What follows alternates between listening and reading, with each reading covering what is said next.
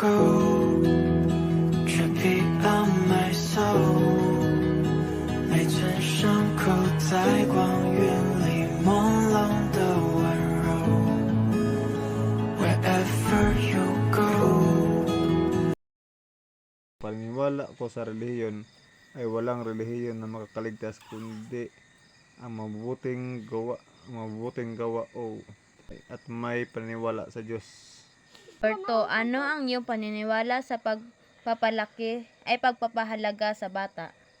Ang paniniwala ko sa pagpahalaga sa bata ay ang pagturo ng mabubuting asal at may respeto at may takot sa Diyos. Ano ang iyong paniniwala sa respeto sa nakakatanda? Ang paniniwala ko sa respeto sa nakakatanda ay ang galangin mo sila at paggamit ng po at upo at kung saan mo sila makita at dapat tulungan mo kung mayroong dinadalang. Ano ang paniniwala mo sa pagkakaisa? Paniniwala sa pagkakaisa sa mga membro ng pamilya ay kung mayroong mga mabibigat. Guys, iisa sa mga tao na interviewin ko kung ano ang paniniwala nila sa engkanto.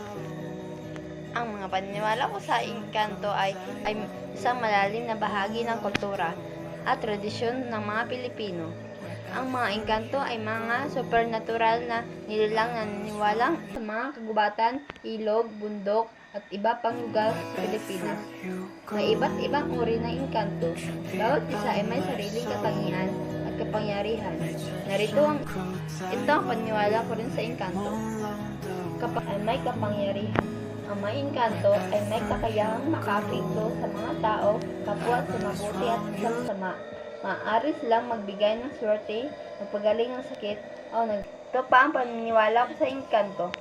Pag-aalay. Karaniwang nag-aalay ang mga tao ng pagkain, alak, o tabako sa mga engkanto bilang tanda ng paggalang at upang humingi ng kanilang tulong. Flashing like a photo booth, and the stars exploding will be fireproof.